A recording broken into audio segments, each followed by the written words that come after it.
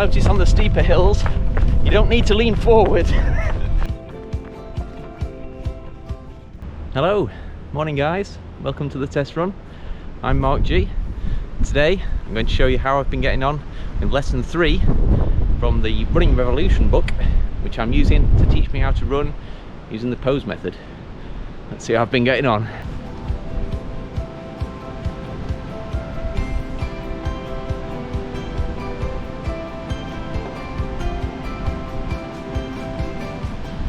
Okay, so lesson 3 is the first chapter that covers the fall, which is an important part of the pose running method.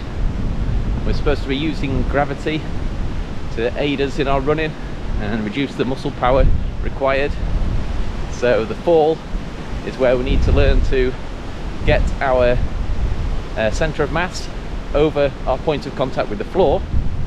So that's generally getting the hips in front of the forefoot, and then as we start to fall, the rear leg swings forward and catches us underneath. Now, sounds easy in theory, and I've just been trying to put it into practice on my 3 runs that I've done this week, and just trying to discover a way to make it feel like I'm doing it properly. Thankfully, the way the book is structured, the fall is covered again in a later chapter once we've been through a few different lessons, so you kind of revisit it from a different angle and get some more tips on how to implement it properly. So just trying to get used to it on my run this morning.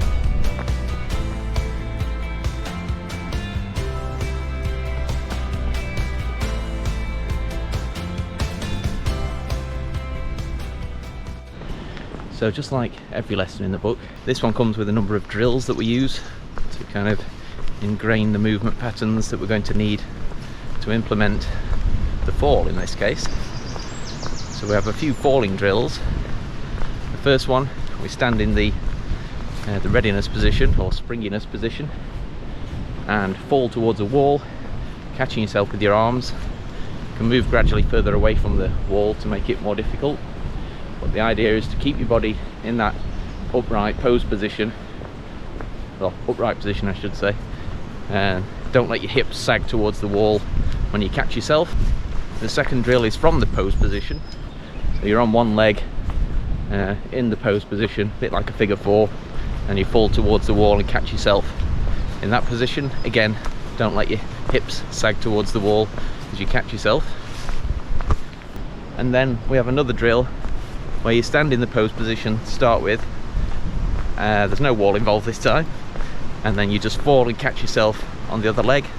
And we do those before every session as part of this lesson, and then we go for a short run just to see if we can get the hang of the fall during a run. It recommends a 1 or 2 minute run. I have been going for a slightly further run, just keeping up with my existing mileage, which was fairly low anyway, so I was trying to get over the knee injury, which the pose method seems to be helping with. So enjoying some running whilst learning a new method as well.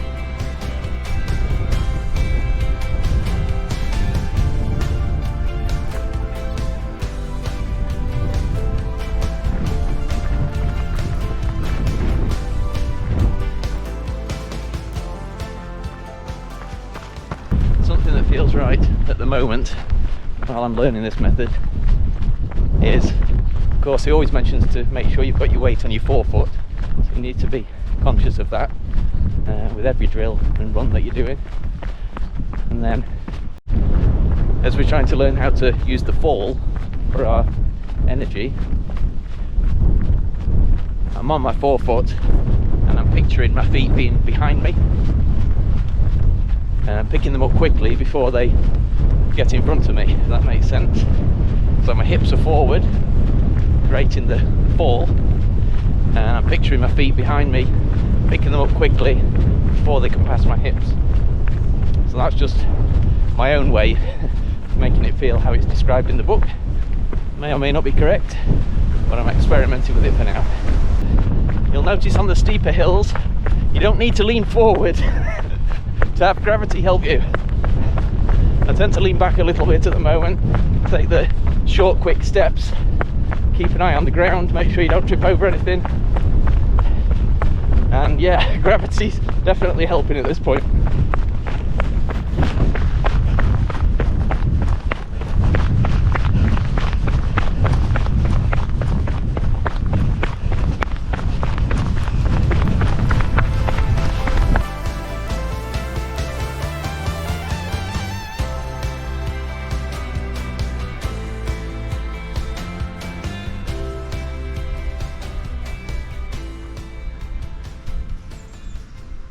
Bit wobbly that post there. Don't think I'll use that for my drills.